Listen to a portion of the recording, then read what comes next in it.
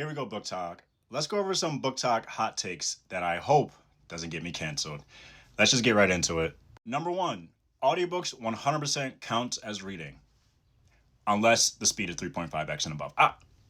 Listen, I am all for speeds over 1 because sometimes that narration can feel slow, but 3.5 and above, I tried it. I tried to see, what that speed sounded like, and it felt like my brain was being sucked out of a straw. It didn't feel like I was reading, it felt like I was racing. Racing to what? I have no clue. I couldn't comprehend anything. It was not an enjoyable experience for me, and if you're able to do this, read a book from 3.5x speed from front to back, again, kudos to you for that. However, we need to test your DNA to see if you're superhuman or even alien from there because, listen, insane. And just to kind of prove my point, this is what 3.5x speed sounds like.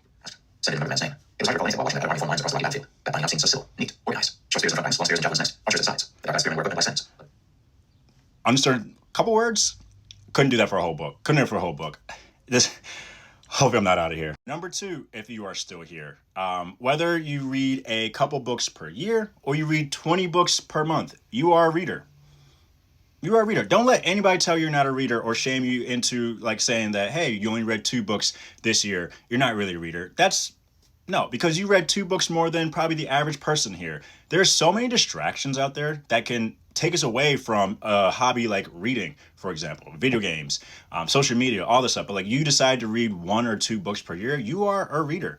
Like, so don't come and say, somebody asks you how many books did you read this year? You say, I only read 2 books. No, you read 2 books. Be proud of that.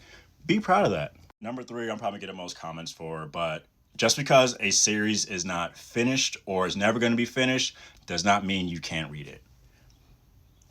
I know, George R.R. Martin, you need to finish Game of Thrones. I know, we're waiting for the final book in some series, but am I not going to read that when people are saying, hey, it's peak, it's really good?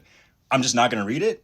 I'd rather figure it out and find out for myself and see what the book's is about and go through that than just sit there and just wonder, what this series is about, what these books are about. I'm just saying, it's okay. It's okay if it's not finished. Number 4, just because somebody has hundreds of thousands of followers does not mean they are the best source for book recommendations, including myself.